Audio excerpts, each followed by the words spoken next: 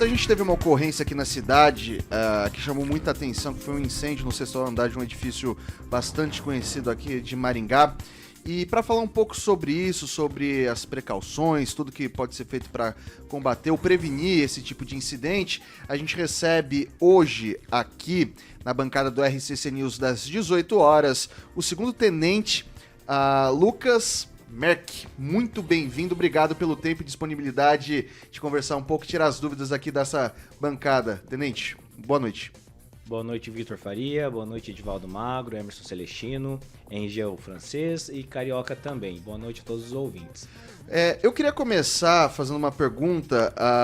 Algumas questões que, assim, investigações preliminares, né? Algumas hipóteses que foram levadas, por exemplo, para esse edifício e que eu acredito que podem ser replicadas em outros locais, né?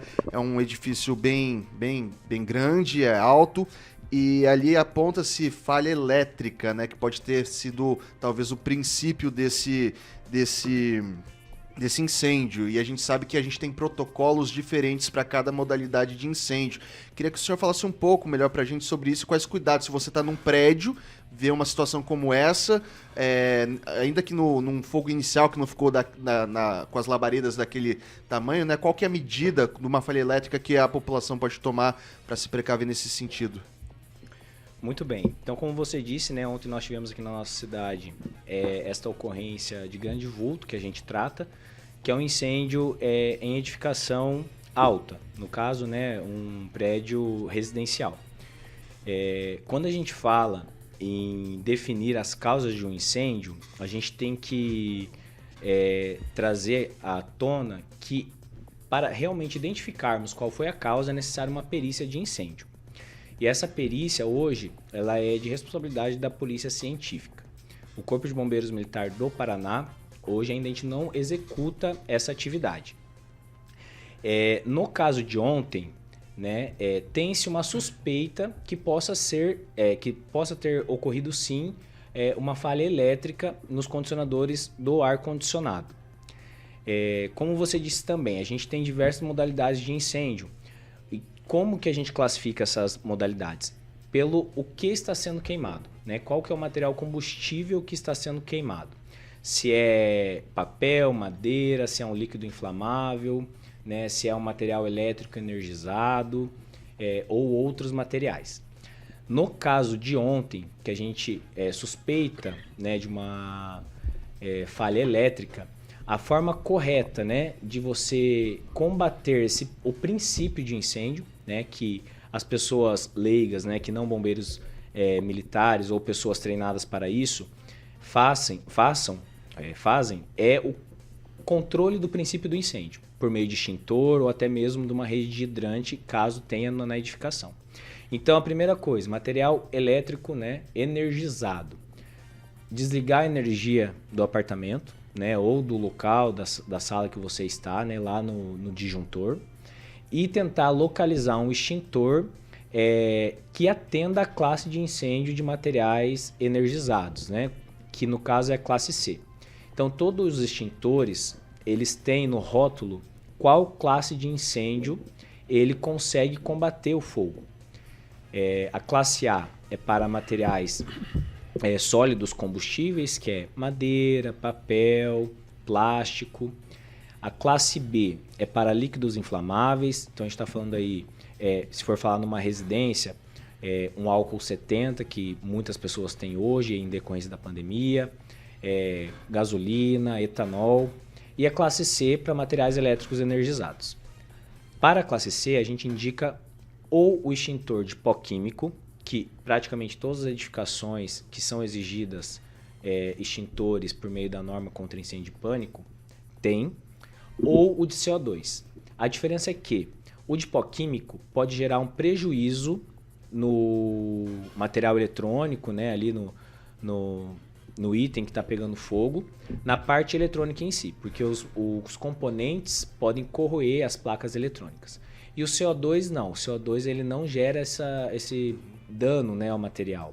Ele age com outra forma de combate a incêndio. Certo. Passar para o Celestino fazer a pergunta dele. Boa noite, tenente. Essa verticalização que está ocorrendo aqui em Maringá, com várias construtoras vindo aqui para Maringá, muitas construtoras de renome nacional, essa verticalização assusta o Corpo de Bombeiros. O Corpo de Bombeiros está preparado, essas construtoras com seus edifícios estão com um projeto em dia. Como que está essa fiscalização por parte dos bombeiros? Se está tudo legalizado, se está tudo em ordem. E fala um pouco também sobre a escada Magiros, que se alcança, se ela é eficaz num tipo de incêndio em andar alto. Faz um resumo disso tudo, fazendo um favor. É claro. Como você disse, né, a verticalização é uma tendência que a gente já tem observado há alguns anos, não somente aqui na nossa cidade de Maringá, mas como nas grandes metrópoles, né? Isso é em decorrência do aumento da população e tudo mais. E nós, do Corpo de Bombeiros, nós nos preocupamos muito com isso, e por isso que existem as normas, né, de prevenção contra incêndio e pânico. Toda edificação nova que é construída, ela deve atender essas exigências, né, que são definidas para cada tipo de edificação. Quando a gente fala em edifícios altos, no caso exclusivo da verticalização, tem uma série de exigências que no projeto arquitetônico deve constar que o prédio possui as medidas exigidas pelo plano, pelas normas, né, de prevenção contra incêndio e pânico para aquele tipo de edificação. Que exigências são essas? Hidrante, escada de emergência, elevador de emergência em caso de edificações acima de 80 metros de altura, extintores, iluminação de emergência, alarme de incêndio. Então, tudo isso minimiza as consequências que um incêndio pode acarretar. E é necessário, para que o edifício receba alguns documentos por parte da prefeitura e de outros órgãos, como a BITSE, principalmente, ou até a Alvará, né, para empresas comerciais, é necessário que tenha o nosso certificado de aprovação, né? Então, a prefeitura não libera esses certificados, né, o ABITSE, no caso de uma edificação residencial, sem que tenha o nosso certificado de liberação de aprovação de projeto, né? Então, é feita uma análise desses projetos previamente, antes de iniciar a construção do prédio. Se não estiver de acordo, esse projeto retorna, né, para o responsável técnico, é readequado de acordo com as normas, até que seja e atenda todas as normas exigidas para aquele tipo de edificação. Aí, quando você traz para nós, né, em relação à escada Magiros, foi uma preocupação que o comando do Corpo de Bombeiros Militar do Paraná teve há alguns anos atrás, em resposta a essa tendência de verticalização, né? E ela realmente é uma viatura que possibilita a gente chegar no incêndio de maneira mais rápida. Por quê? Porque ela tem, né, ela possui no seu complemento uma bomba de incêndio de alta capacidade, um mangotinho que a gente chama, que é uma mangueira menor, que também é de combate a incêndio, e a gente consegue levar também extintores para caso seja um princípio ainda. Então ela dá um acesso rápido. Imagine um incêndio no 20º andar, né? Não, vamos trazer um pouco menos. No 15º andar de um edifício. Se esse edifício não possui um elevador de emergência, que é enclausurado, que a gente diz que não entra fumaça, que é exclusivo para situações de emergência, a guarnição do Corpo de Bombeiros ele precisa subir 15 andares equipado, né, com EPI de combate a incêndio, equipamento de proteção respiratória e mais alguns materiais, né, que a gente leva caso seja necessário fazer um arrombamento. Em média de peso, 30 quilos. Então, imagine-se o tempo que a gente leva, né, para alcançar o 15º andar. A gente está falando aí de 45 metros aproximadamente de altura.